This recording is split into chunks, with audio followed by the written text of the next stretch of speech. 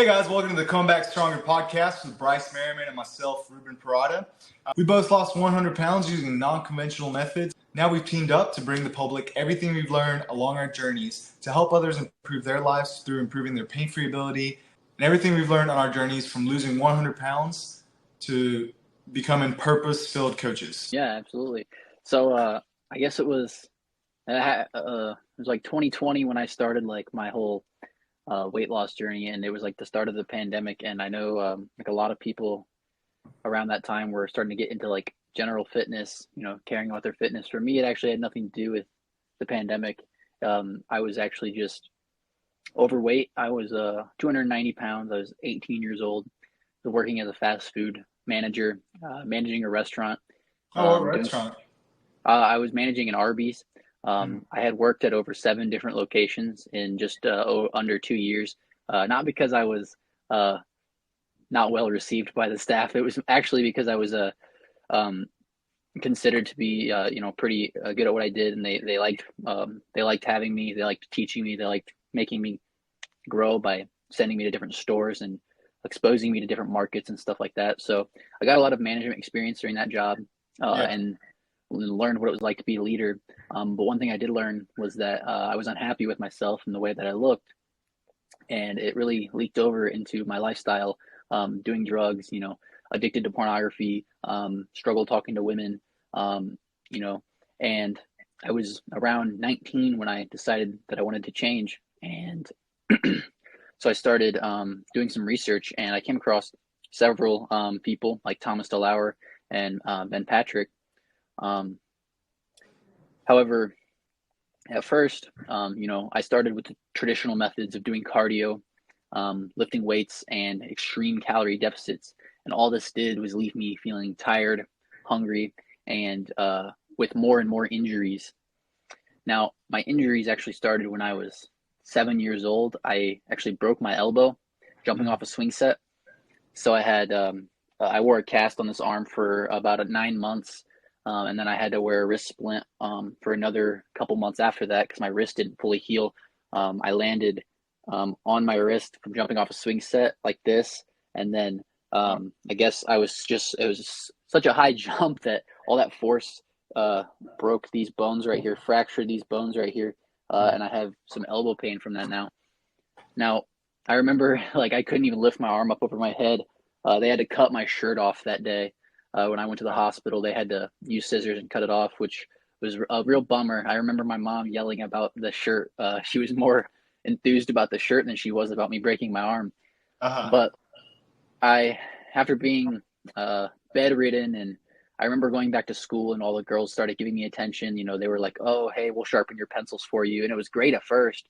But I quickly realized that I had severely debilitated myself as a young kid. Like I had broken a major joint, and it carried over into every aspect of my life. I couldn't use the bathroom by myself.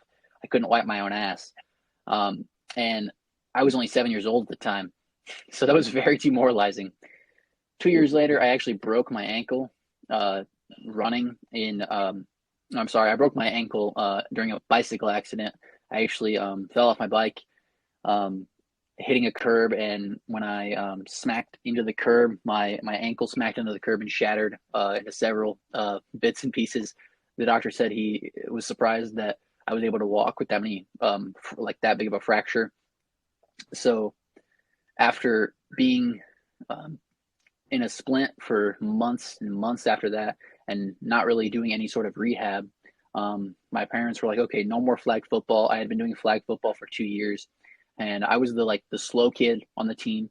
I remember there's pictures of me standing there with my hands in my pockets while the rest of the kids played football, and I just stood there and watched because I just wasn't enthused by it. It wasn't really something that I liked doing. And after 2 years of that, and after 2 injuries before the age of 10, my mom was like, "Okay, you're too fragile for this. No more football. We don't want you to get a concussion or break more bones." And I was labeled as the fragile, slow kid. So moving forward, being 10 years old, being fragile and slow, I broke another bone doing box jumps. I broke the same ankle. I sprained it, actually. I'm sorry. Not a break, a sprain. There's a large difference between a break and a sprain. I did sprain the same ankle that I had fractured doing box jumps in gym. And very demoralizing. Once again, 14 years old. I was running a 12-minute mile. I actually failed gym class one year, my 8th grade year. I failed, and I remember my dad looking at me and saying, "How could you fail? How do you fail gym class? Do you just not show up?" And I was like, honestly, that really hit me as a kid. Like, how did I fail gym class? I mean, it's really not that hard to just show up and participate. But I managed to do it because I was very unathletic, a very slow, very lazy kid. And a lot of that wasn't my fault. A lot of that is due to the environment that I was raised in and the support system that I had around fitness. But moving forward from that, a few years later, after breaking that or fracturing and then spraining that same ankle twice, I gained over 50 pounds that year. I remember my doctor actually weighed me that year, and he said, "Wow, you've gained a lot of weight." And I was around 15 or 16 at this time. I was overweight. I wasn't playing any sports. And this is when I started, getting into the partying scene, started doing drugs with my friends, started drinking. And I got a job as a manager. Well, at first I got a job just as a team member. When I was 17, I started working. And this was really an excuse for me to avoid things that mattered, like health and fitness. I was like, okay, I need to make money because my family's always been poor. And I've never been in shape, and I'm the fragile kid, so I need to make as much money as I can because I'll never be physically fit. And then a few more years passed, and I gained a lot more weight. By this time, I was 290 pounds. I was like 20. I was 19 years old when I started my weight loss journey, working, like I said, as a manager at a restaurant, and thinking in the back of my head that I was this fragile, broken person who could never be athletic and never get in shape. One day I just decided enough was enough. I had been working as a manager for years at that point.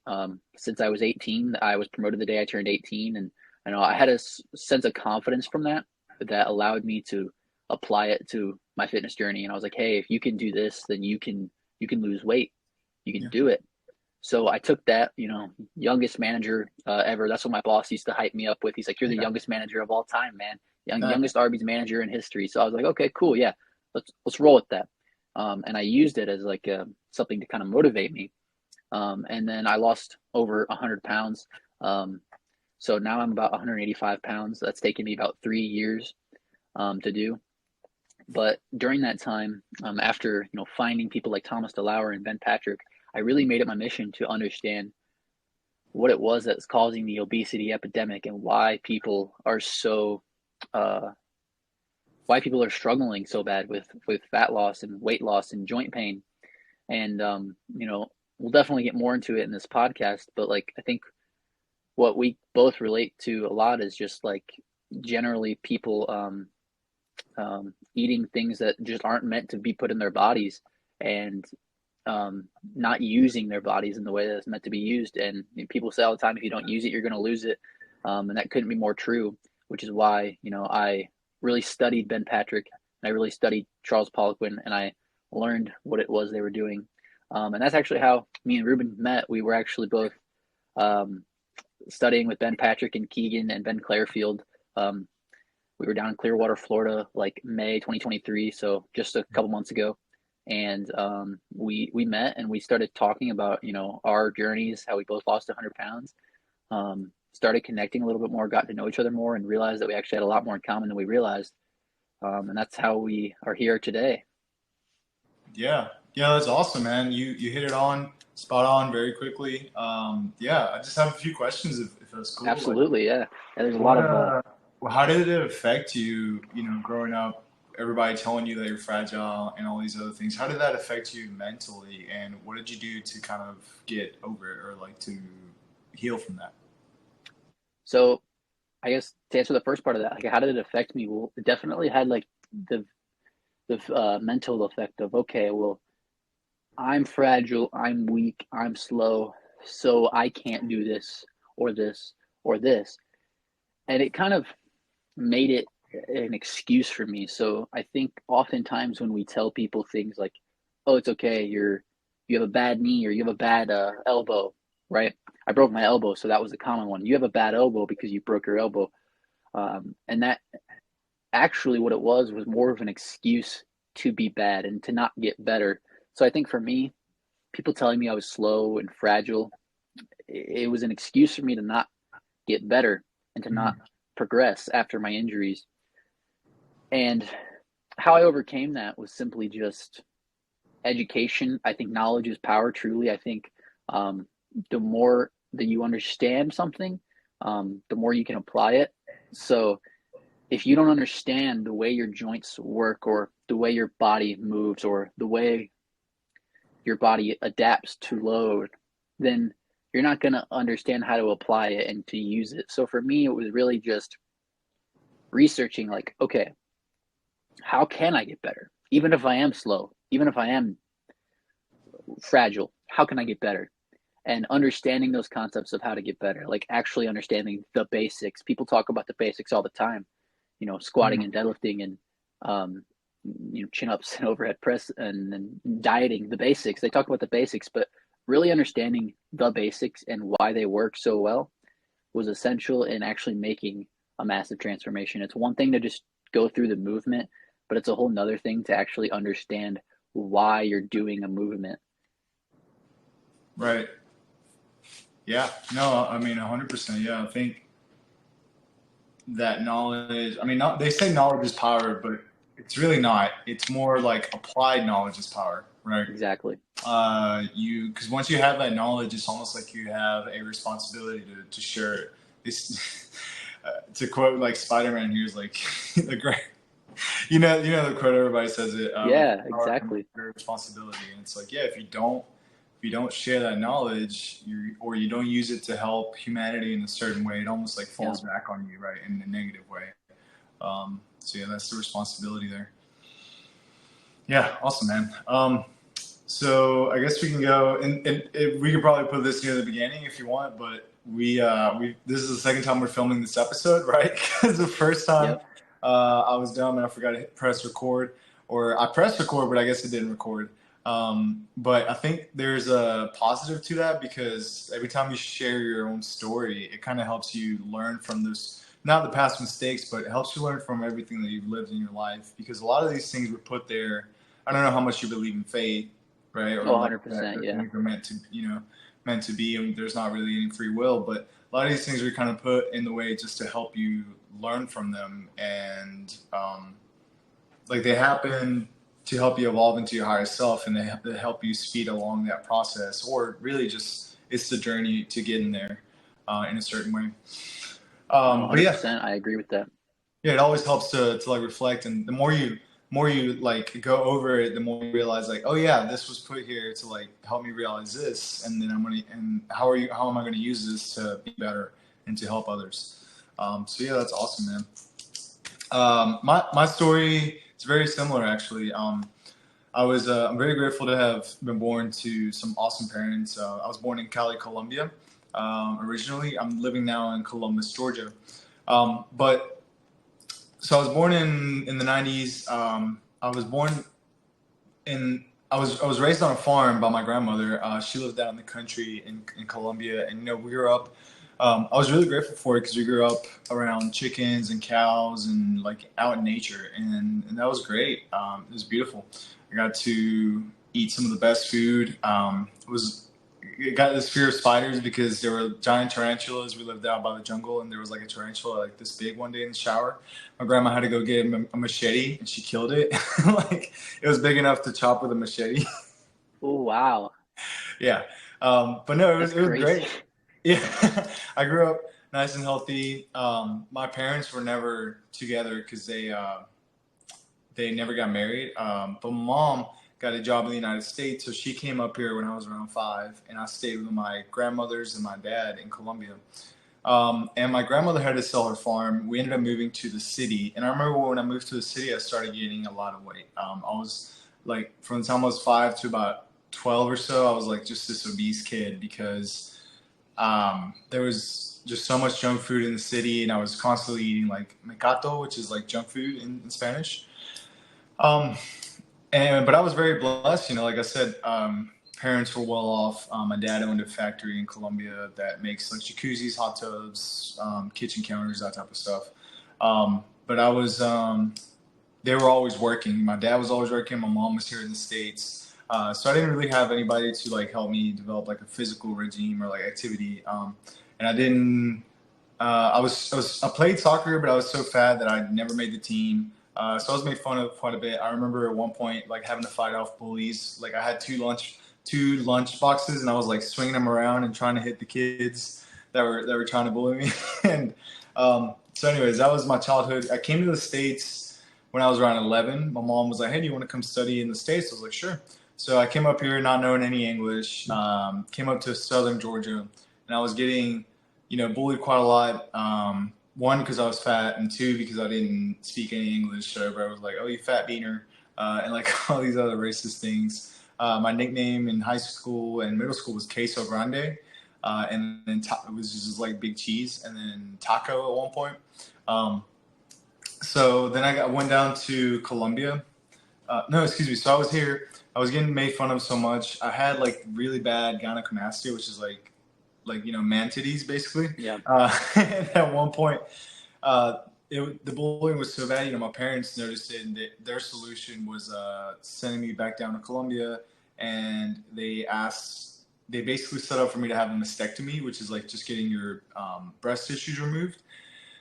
So I remember getting this mastectomy. I had like a training bra on for like a few weeks after this mastectomy. During the surgery, I remember not being knocked out. I was like aware, but they just did local anesthesia. So I remember like having the pressure of it. It's rather traumatizing now thinking back to it, because I was like only like 11 or 12. So anyways, I woke up, had like, you could still kind of see the scar tissue right under my nipple, but they took it out, and I remember having this training bra like pressed onto me for like 2 or 3 weeks, just so that the skin would stick back instead of just flopping down. And I remember coming to the States, came back with it. It was like the first 2 or 3 weeks of school, and they ended up doing scoliosis checks at the middle school. I was just getting into 6th grade, and they did scoliosis checks. And if you remember back then, they like did them in the gym with like, they separated men and women, but like it was pretty much out in the open, right? They just like made you take your shirt off, and then like they would check your spine, and basically took my shirt off and had like this training bra on. So like after that, I was known forever as like the training bra kid. So the bullying got even worse in middle school.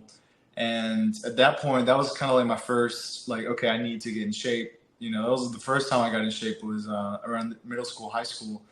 Because like once that happened, like it was nonstop. So I just decided to lose weight, and I lost it the old way of just like bro split training and running. Excuse me. I got in pretty good shape in high school, but it definitely didn't last. I was definitely. I learned a good bit, but it wasn't like everything I know now as a personal trainer. So fast forward to high school. I was like the cross country captain. I was doing good.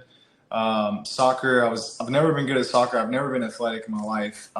Cross country is more about just like running as a mental fortitude thing, right? So like I was pretty decent at that. Like my best time was maybe like 19 minutes, which is not bad, but not that great and either. But when I was playing soccer, like I got cut my senior year from the team just because I was an athlete, and I was doing so many other things. Like I was in choir, theater, was all over the place. So fast forward to college, I joined. I was doing good my first 2 years of college. I had like a 4.0. Then I joined a fraternity. And it's not anybody's fault, but it's my own. I started drinking and just staying up late every night. I completely stopped doing any sports, like at all. Basically, just I would get home, watch TV, go to sleep, and have no motivation to do anything. Maybe like I remember working. I was also in the food industry, so we can definitely go into that. We should definitely go into like how the food industry is not the best place to work if you want to be healthy, right? Definitely, we could make a whole episode about that. Yeah, and I think we should, because like the staying up late, everybody's partying, almost everybody's on drugs just to get through their shit. Oh yeah, staying up late. on drugs, Yeah, and the whole kitchen eating staff is food, drinking or something in the back, right? drinking, doing drugs, eating food during their shift. Yeah, if you're listening to this and you work in the restaurant industry and you want to lose weight, this is the podcast for you. Yeah, yeah. There's definitely gonna be tips around that. But if you can, just avoid it because it's also a very stressful environment, and Yes. high cortisol levels like that are not the best for health. So all of this was going on. On top of that, I was staying up late every night and drinking, smoking weed, doing all kinds of just things that weren't necessarily the best for losing weight. So I ballooned up to about 300 pounds. And it got to the point where I was so drunk or so hungover that I wouldn't go to classes. So I lost a lot of drive, and I ended up just like dropping out of college. And that was pretty much like one of the breaking points for me. It was like, okay, you have to do something about your health. You can't just keep going on this way. I was 23. I felt like I was like 40, like as far as my ability. Like I remember one day going out to play football with friends. Like we just got together and decided to play in the park. And I took off for a sprint and my back just like gave out. And I was just walking around sideways for like 2 or 3 weeks, man, like almost a month. Now, I would have gone to get checked out, but I was so broke that I couldn't even afford like an MRI or anything like that. Been there. So yeah, yeah. Um, so yeah, that was like the breaking point. Like, okay, I want to go. Like I went to the doctor not for the MRI because, like I said, I couldn't afford it. I went to the doctor actually because I was having trouble like getting it up in bed, and I was like, this is not okay. Like I'm 23. Same issues, man. Yeah, like I'm 23. This shouldn't be happening.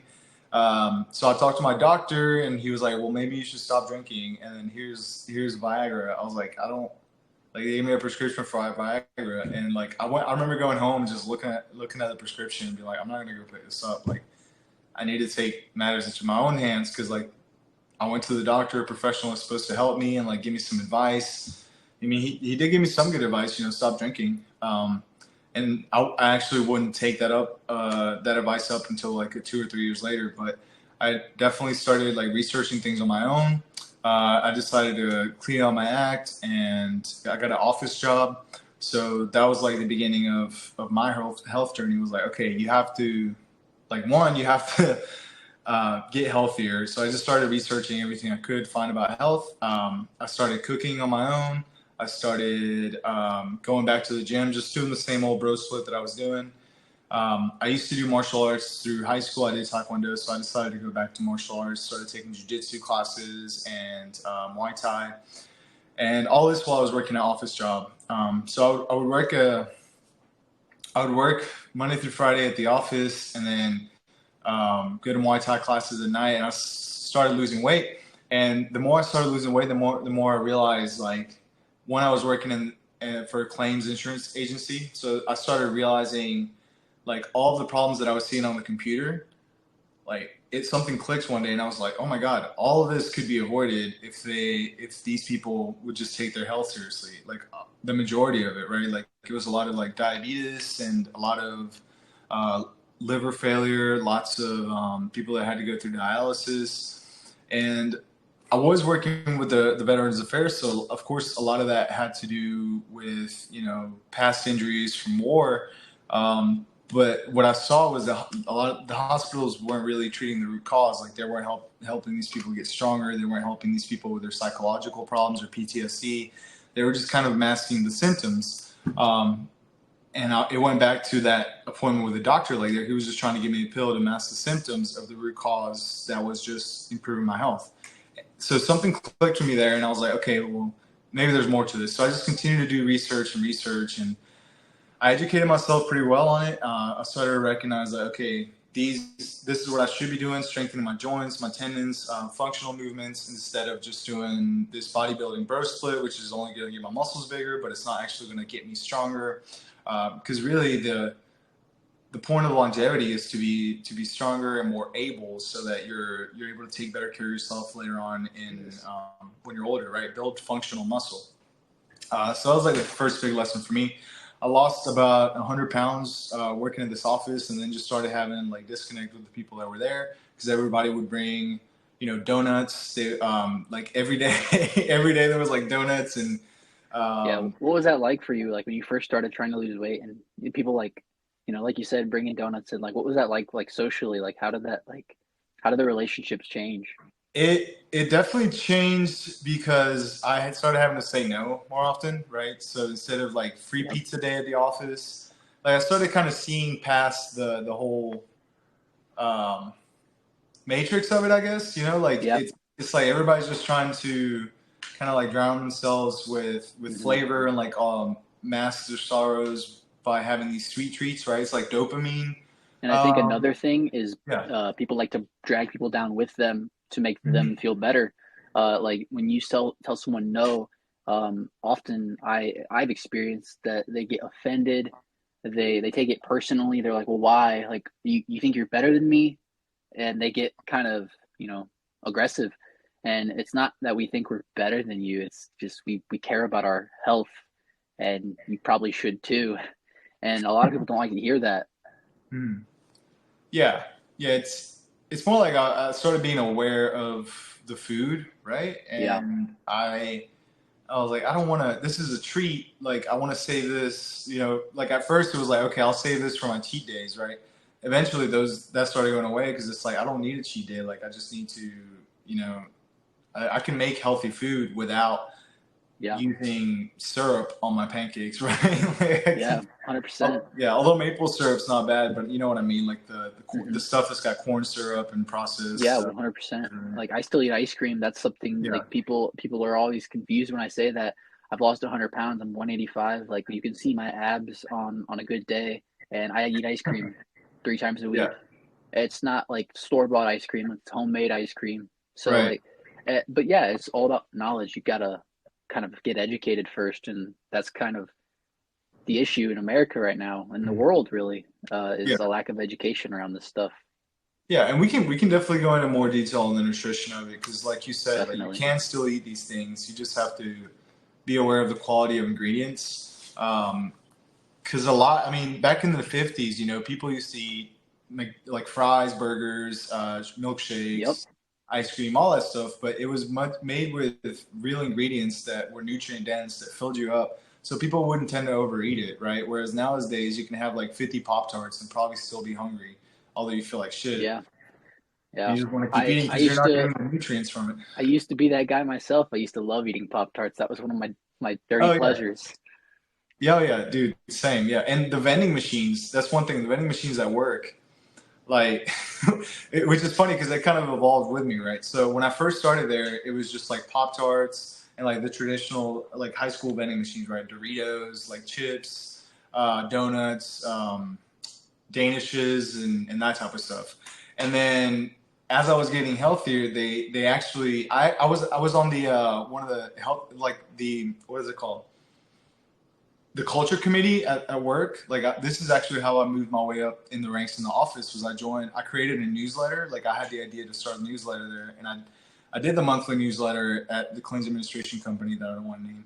I did the company. I led the company newsletter. I wrote it, and then I became part of the culture committee, and I started implementing like healthier things. So one of the things that I convinced them to implement was like real food in the snack machine.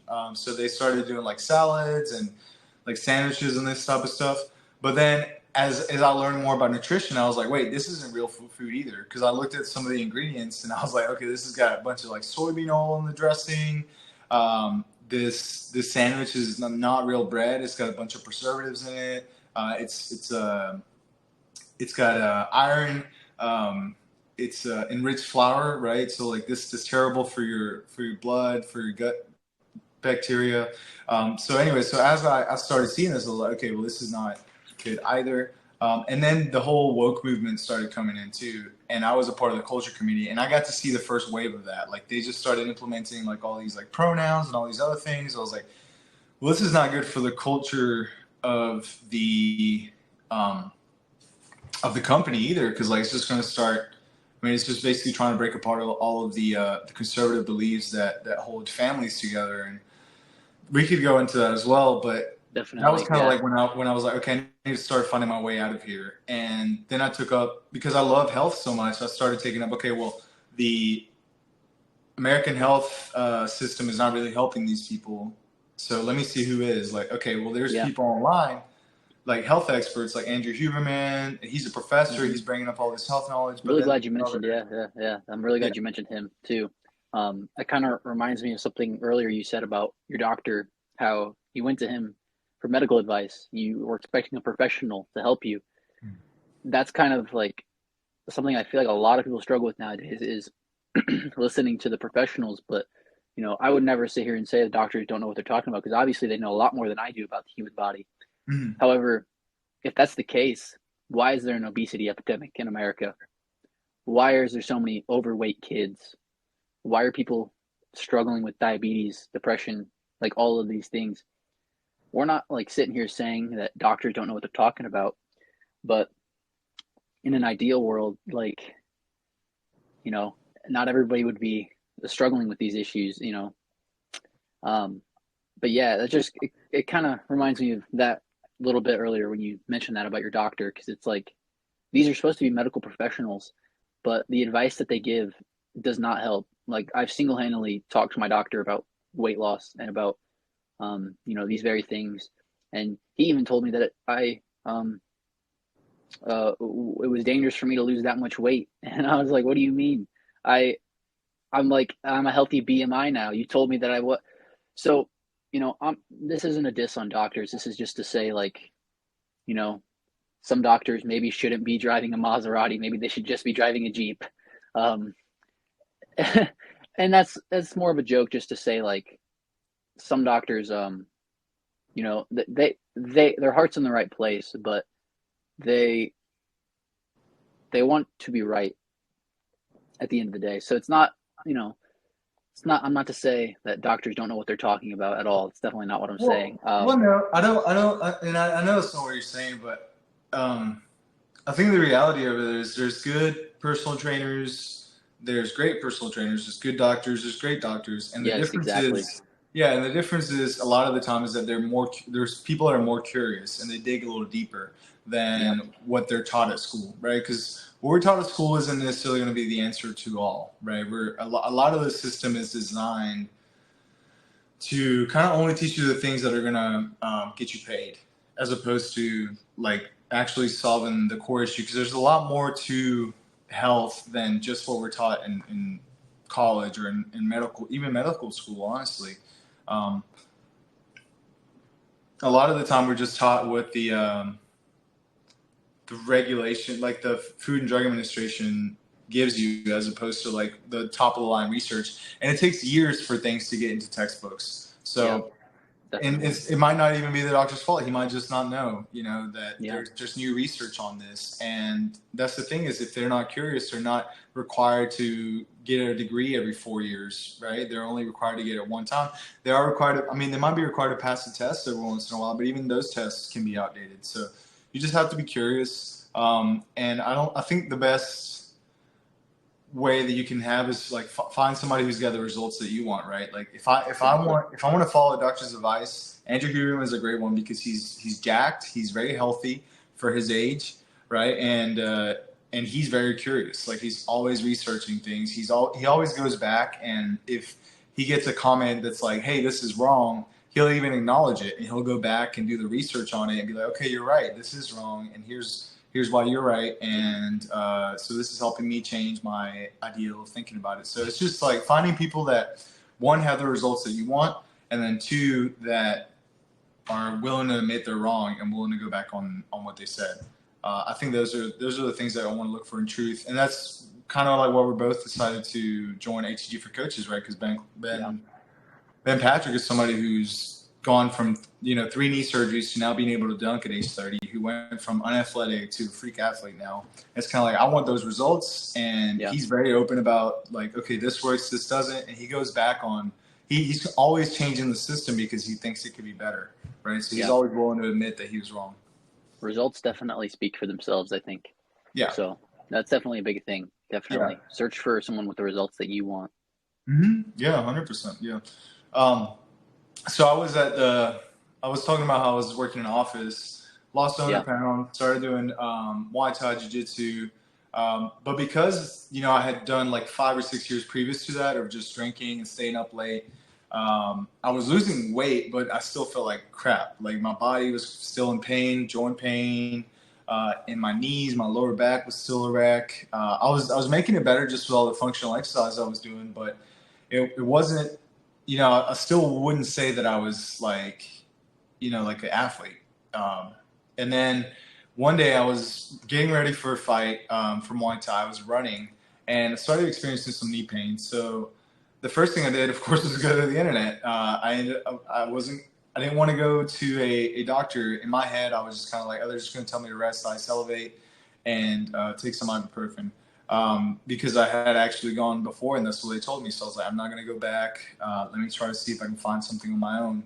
So everything on the internet was telling me to get knee surgery or to like just put some ice on it or to stop working out. And in my head, I'm like, okay, well, I have to get ready for this fight. So let me see what else I can find. And the algorithm brought me to Knees Over Toes guy. And I was like, okay, well, this guy's doing some crazy stuff with his knees. I can't do that yet. Let me see what this is about. So this was about 3 months out from the fight.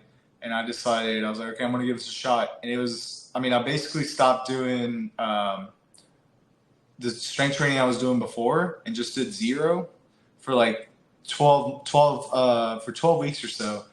And my legs grew. Like I got way more athletic. I got way more flexible. I was like, this is insane. Like it doesn't even make sense. This is everything they tell us not to do in regular exercise, but it's like bringing me like great results. So I was hooked from then on.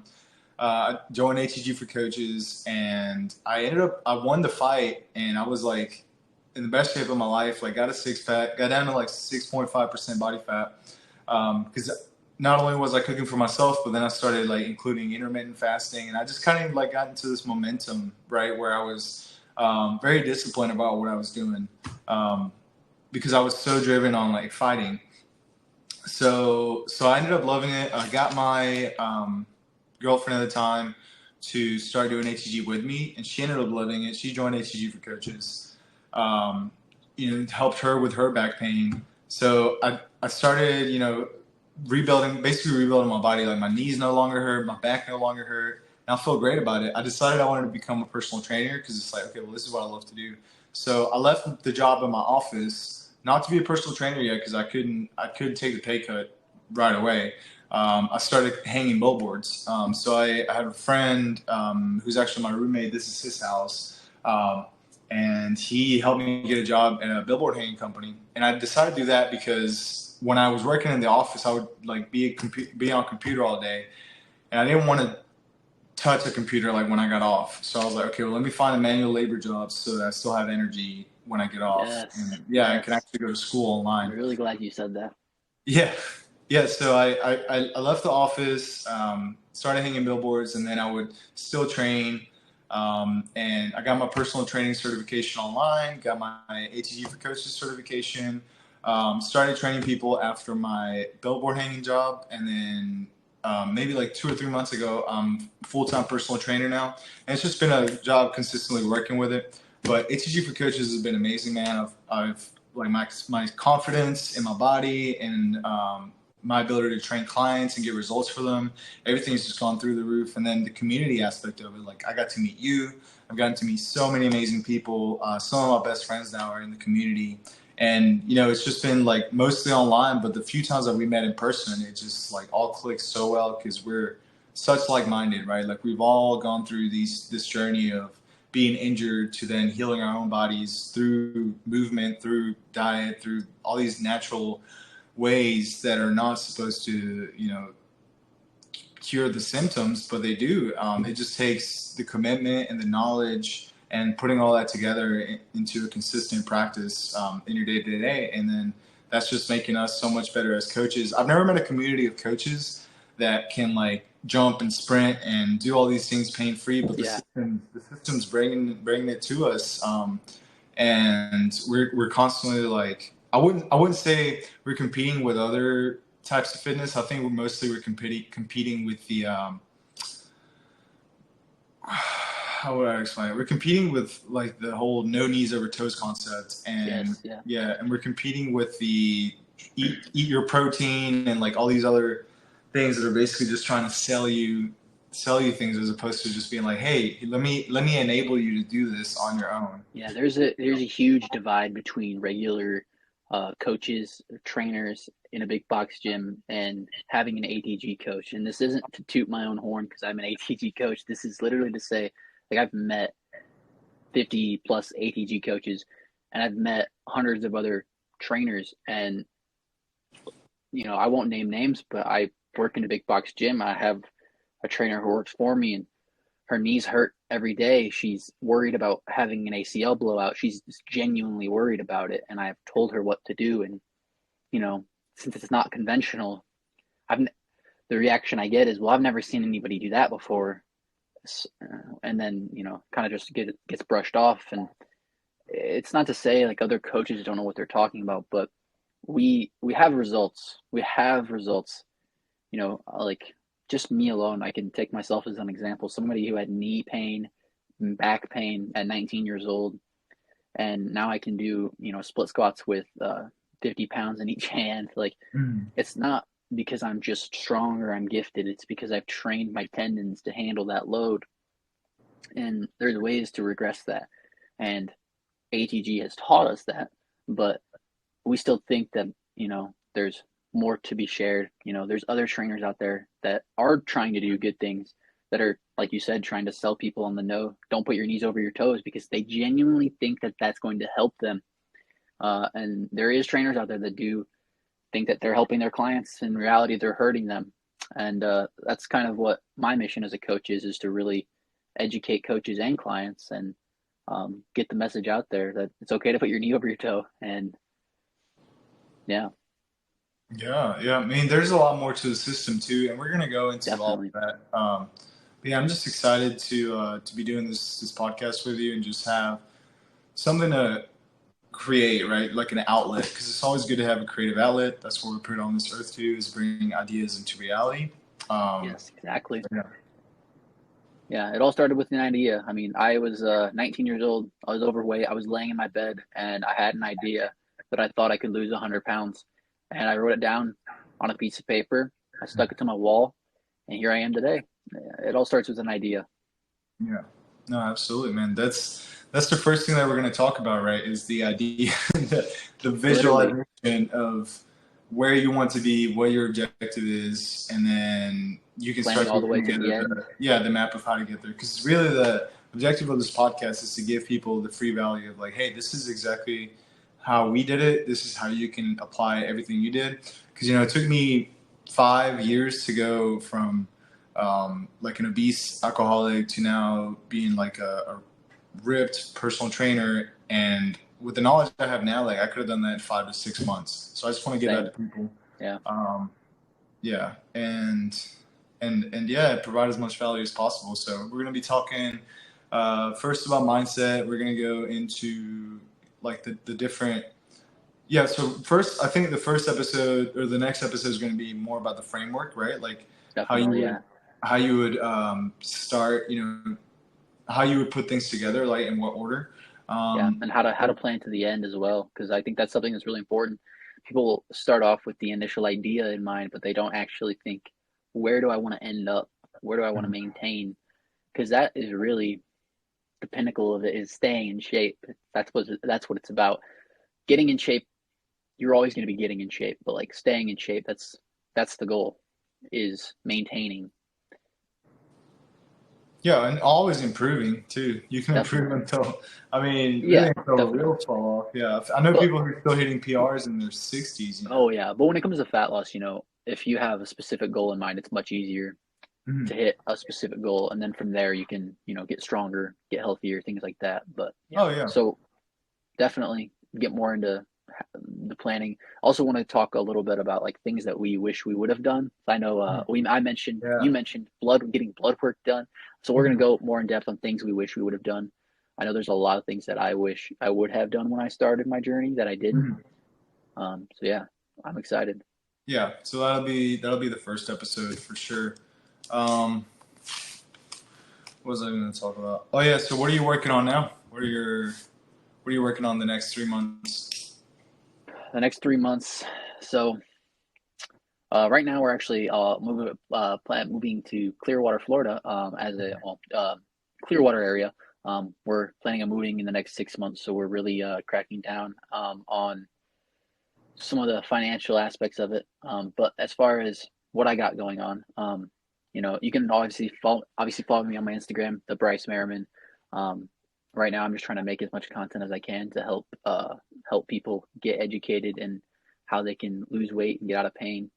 But I do have online coaching. I have people that I work with. If you want to work with a coach, um, get a customized plan, and get a more in-depth, more of a one-on-one experience where you can actually message me and actually talk to me on calls, one-on-one, and talk more in depth about your specific journey, then I can definitely do that for you.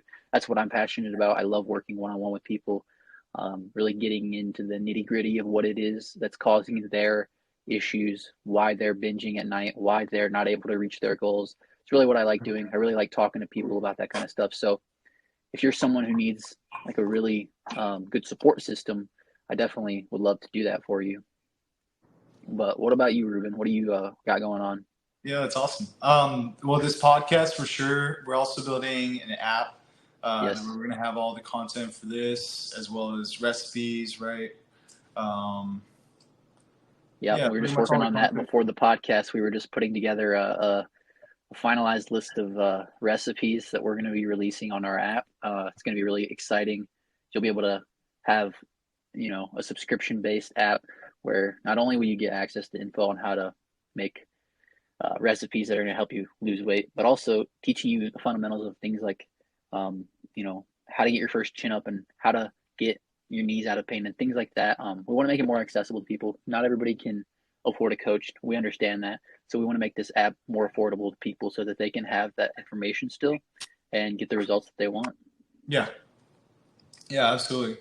I'm also working on launching my online course. So at the beginning, yeah. So I'm also working on launching my online course in the middle of August. This is the Get Back in the Game. Yeah, this is a Get Back in the Game course. It's designed to help men 30 to 55 strengthen their tendons, gain mobility, and become free from joint pain so they can enjoy their family time, stay active in their later years, and eat the foods that they love. This program specializes in improving ability. Ability really is the baseline of health upon which everything else can be built better. But the main objective of this is a holistic approach to improving joint health and longevity. So we're going to go through everything from mindset to movement, nutrition, right? Specializing in eating a vast array of anti-inflammatory foods, eating enough protein to give your body the building blocks to remodel tissues and build muscle, and then getting later on in the weeks, getting to the habits that will help you with rebuilding muscle, remodeling tissue. So all the little habits like grounding, meditation, habits to reduce stress and improve your lifestyle overall, because everything works together when it comes to healing. So it's a very holistic minded course. I'm really excited to bring this in and help 10 people completely improve their lives. It's going to be very intensive. We're going to be going weekly group calls where we're going to be providing like education, talking them through questions and helping them solve problems. Also going to be doing a bi-weekly one-on-one call. So it's a very intensive course. I've been working on it for a long time, and I'm just really excited to put everything that I've learned into this course and then help people transform their lives and get out of joint pain, because that's something that I did. It's something that I've been training to help people do. And, when I was 23, I felt like I was like maybe 30 or 40. I felt like completely older. And now that I'm 28, I feel like I'm 10 years younger. So it's like really just taking all the principles that I learned on that journey and everything that I've been educating myself on and working on as a HEG coach, personal trainer, and nutritionist. So yeah, I'm really excited to create this and put it out there. And this month I'm just gonna be working on making content for that. Working on my sales skills and messaging people. So if you're interested in that, my Instagram is broken2athletic. You can always send me a message on there. Email is worldwideruben@gmail.com. So yeah, just really excited about these projects, man, and what the future holds, and making big moves to get down to a better situation, right? Because at least for me, I know you're in Indiana. At least for me, Yeah. like some of the people that we're surrounded by here, they don't really care much about health. Yeah, it's Um, yeah, definitely same here. yeah. So it's like you're really your environment is a lot of the people you're surrounded by, and I just feel like I'd be better off somewhere that relates a little bit more with my goals and like my values. Yeah, definitely. That's something that's really important to consider for anybody who's like, your surroundings, the people that are around you really make a huge difference in the outcome that you get. Um, so yeah, 100% I agree. That's kind of why we're relocating. Yeah, so thanks for watching, guys. If you found any value in this podcast, definitely you can find our Instagrams, drop us a follow, and look for the next episode. We're going to be talking about everything that mistakes we made in our journey, what we wish we would have done differently, and if we had to start over from scratch and lose 100 pounds again, what we would do to get results quicker. So look forward to that, and we will see you in the next episode.